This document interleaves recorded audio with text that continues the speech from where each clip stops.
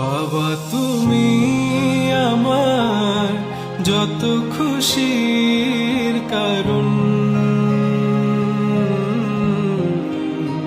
বলো তোমার মতো করবে কে শাসন।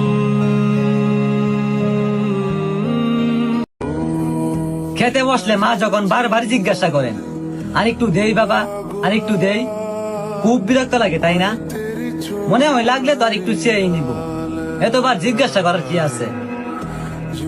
একবার মায়ের কাছ থেকে দূরে যায় দেখেন ভাই, একবার ভাত খেয়ে আর দুইবার ওইটা সেইটা খেয়ে কাটাবেন, কিন্তু কেউ জিজ্ঞাসা করবে না ভাত খাওয়ার জন্য, আত্মীয় স্বজন হলেও না। যদি আমাকে কেউ জিজ্ঞাসা করে যে এই পৃথিবীতে সবচাইতে মূল্যবান জিনিস কোনটি,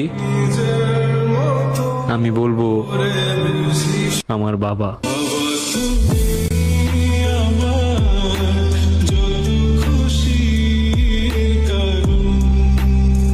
আমার জীবনে যদি আমি কিছু না করতে পারি তাহলে আমি মনে করুন যে আমার মার কষ্ট দেওয়ার কারণে আমি কিছু করতে পারছি না।